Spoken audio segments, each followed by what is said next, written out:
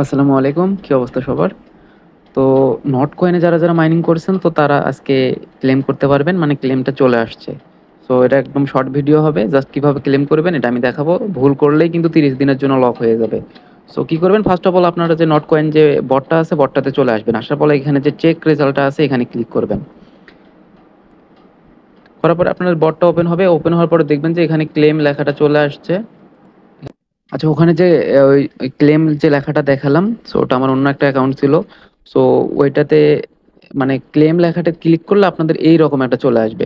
So এইরকম একটা interface চলে আসবে। তো চলে আসার পরে এখানে জাস্ট আপনাদের যে এই যে সেন্ড বাটন আছে বা প্লাস আছে, সো প্লাসে কি ক্লিক করলে কি হবে? প্লাসে ক্লিক করলে এখানে আপনার ভাউচার ক্রিয়েট করতে পারবেন। কিন্তু ভাউচার ক্রিয়েট করার দরকার নেই, কারণ ওটা পরবর্তীতে আবার কনভার্ট করাই লাগবে। সো আপনারা যে এই যে সেন্ড বাটনটা আছে এটাতে ক্লিক করবেন।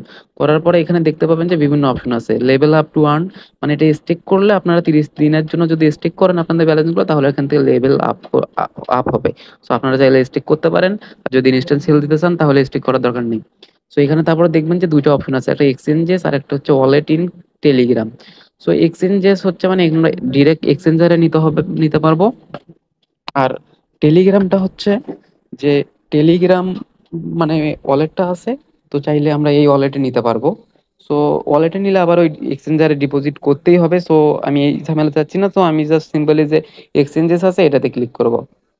এটাতে ক্লিক করার পরে যে কন্টিনিউ আছে কন্টিনিউ ক্লিক করব। ক্লিক করার পরে এখানে তিনটা অপশন পাবেন আপনার, ওকেএক্স, বাইন্যান্স আর বাইবিট। সো এখানে আপনারা আমি যেহেতু বাইন্যান্সে করব, সো আমি বাইন্যান্সে সিলেক্ট করে দেন সেন্ডে ক্লিক করব। করার পরে এখানে I have I have it এটাতে ক্লিক করব। করার পরে এখানে দেখতে পাবেন যে ডিপোজিট আর মেমো আছে। সো এখন আমরা কি করব? এখন আমরা ডিরেক্ট বাইন্যান্সে চলে যাব। সো বাইন্যান্সে আসার পরে আপনারা এখানে যে ডিপোজিট আছে ডিপোজিটে ক্লিক করবেন, দেন এখানে উপর থেকে সার্চ দিবেন নট, দেন নটটা চলে আসবে, সিলেক্ট করে দিবেন। অ্যাড আপনাদের এটা নেটওয়ার্ক থাকবে টন। সো ওকে করে দিবেন। দেন এখানে দেখতে পাবেন যে একটা ডিপোজিট অ্যাড্রেস আছে আর একটা মেমো। তো আমরা প্রথমে ডিপোজিট অ্যাড্রেসটা এখানে কপি করতেছি, দেন এখানে ডিপোজিটের জায়গায় পেস্ট করে দিব। দেন এখানে যে মেমোটা আছে এই মেমোটা কিন্তু মাস্ট, এটা রিকোয়ার্ড, এটা মাস্ট দিতেই হবে। এটা যদি ভুল করেন তাহলে আপনারা পেমেন্ট পাবেন না বা ডিপোজিট কমপ্লিট হবে না। তো তারপরে জাস্ট মেমোর জায়গায় মেমোটা এখানে পেস্ট করে দিবেন। দেওয়ার পরে এখানে যে কিপ গোয়িং আছে বা মেমোটা আরেকবার আপনারা চেক করে নেবেন আর কি, ঠিক আছে নাকি। শেষে 76 76, হ্যাঁ ঠিক আছে।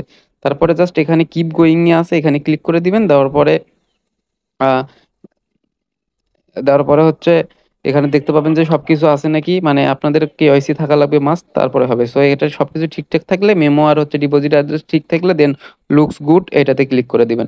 দেওয়ার পরে এখানে উইথড্র, কনফার্ম উইথড্রল অফ এত ফি কাটবে আপনার 1.5%। মানে 1.5%, এটা বেশি না, সামান্য 100-200 মতো কাটবে। তো তারপরে জাস্ট কনফার্মে ক্লিক করে দিবেন। সো কনফার্মে ক্লিক করে দেওয়ার পরে আপনাদের উইথড্রলটা ডান হয়ে যাবে।